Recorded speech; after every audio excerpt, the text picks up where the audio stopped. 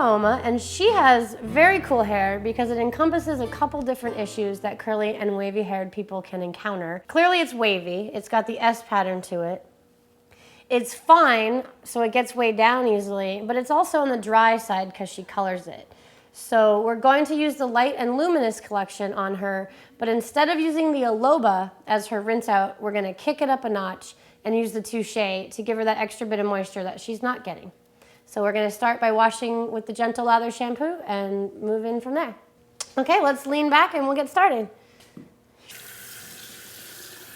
I'm washing her hair with the Gentle Lather shampoo, and both the Gentle Lather shampoo and the hair cleansing cream are safe for color treated hair. So if you go darker or if you go lighter, it's not going to fade out your color. I love this shampoo. I mean, it just doesn't dry it out like regular shampoo. I'm adding a couple palmfuls of the Shea conditioner. As I said, for most people with finer hair that would use the Light and Luminous Collection, the Aloba Daily Conditioner would be the better choice for daily conditioning, but because she's got these pretty dramatic highlights that look beautiful, her hair's a little drier than it might otherwise be, so we're using the thicker, richer conditioner just to give her that extra moisture. Combing through the conditioner to make sure that it's evenly distributed and to make sure there's no tangles in her hair. And regardless of your hair type, the only time you really want to do a lot of combing is when you're in the shower and when your hair is slathered in conditioner, because combing it after you've styled it will only pull out the curl and make it frizzy. And no brushing. To get that in there. We've got her hair all the way combed out and detangled, and so I'm going to rinse it out now, and we will move on to styling and diffusing.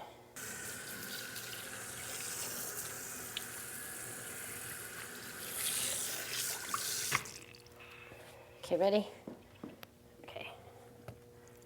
Come up and over and shake it. Yeah. I'm going to use a little bit of Aloba Daily Conditioner as a leave-in for her, just to give it a little extra slip and more moisture. We're going to rake that through just a couple times. As you can see, it's helping really get the curls separated. Because Pahoma's hair is on the finer side and gets weighed down easily, we are using the products in the Light and Luminous Collection. So right now I'm applying Gelebration spray into her hair, and it's a light curl enhancer that will help boost the curl but not be so heavy that it weighs it down. Some people prefer to apply Gelebration spray by spraying it into their hand instead of their hair because it does kind of come out in a stream rather than a spray. So can you shake your head a little back and forth? Thanks, cool. So now we're going to scrunch this in. We're going to start, as you see the curls are starting to form. You might also notice what we didn't do was touch her hair yet with any kind of towel, especially not terry cloth, because that makes curly hair frizz out pretty quickly. And you don't want to do the wrap your hair in a turban thing because that will disrupt the curl pattern. And the reason why we're applying these products to her hair when it's dripping, soaking wet is because that really, really helps eliminate frizz later on. If you think about what frizz is, it's really just individual hairs that have escaped from the curl. And when you apply products when it's soaking wet, you keep that from happening. So we've put in the Gelebration spray, and now we are going to add a little bit of Confident Coils. And what that's going to do is really create the definition. Confident Coils is a creamy styling product that's very good at definition and humidity protection.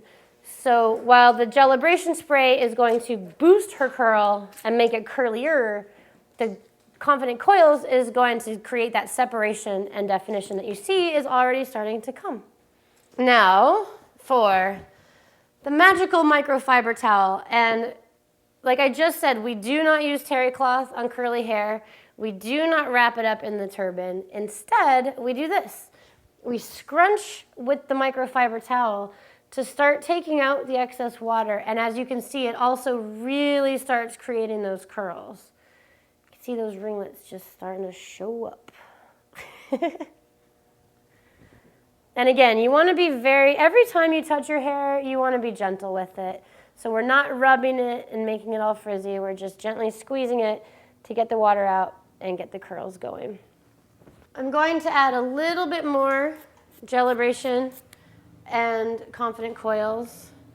Confident Coils is really great, like I said, for definition and humidity, but it is pretty concentrated. So if you have fine hair that gets weighed down, you want to go with a light hand on it, or you could end up with too much. Now that we've applied the styling products, it's time to start diffusing.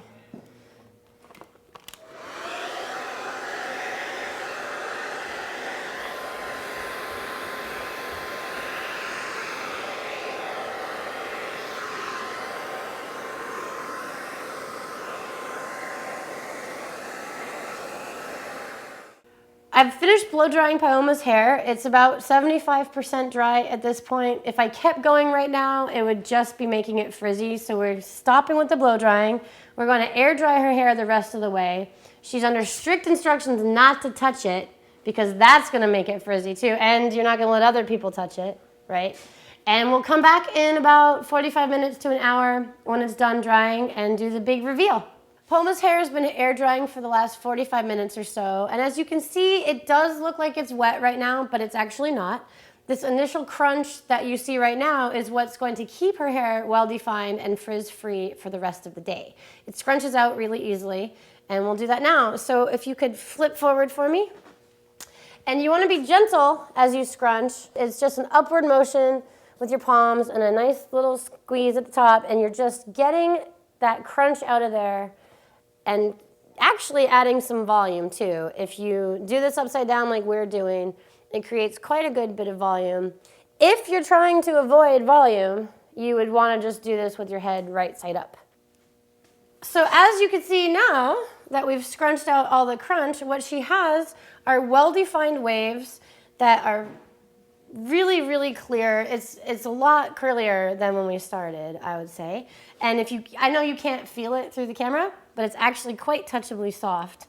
And now that we've done this little routine and not touched her hair while it was drying and air dried all the way before we scrunched it, if she gets hit with a gust of wind or something or goes out in a little mist, her hair is going to hold up just fine. What do you think? Oh, you can't see it.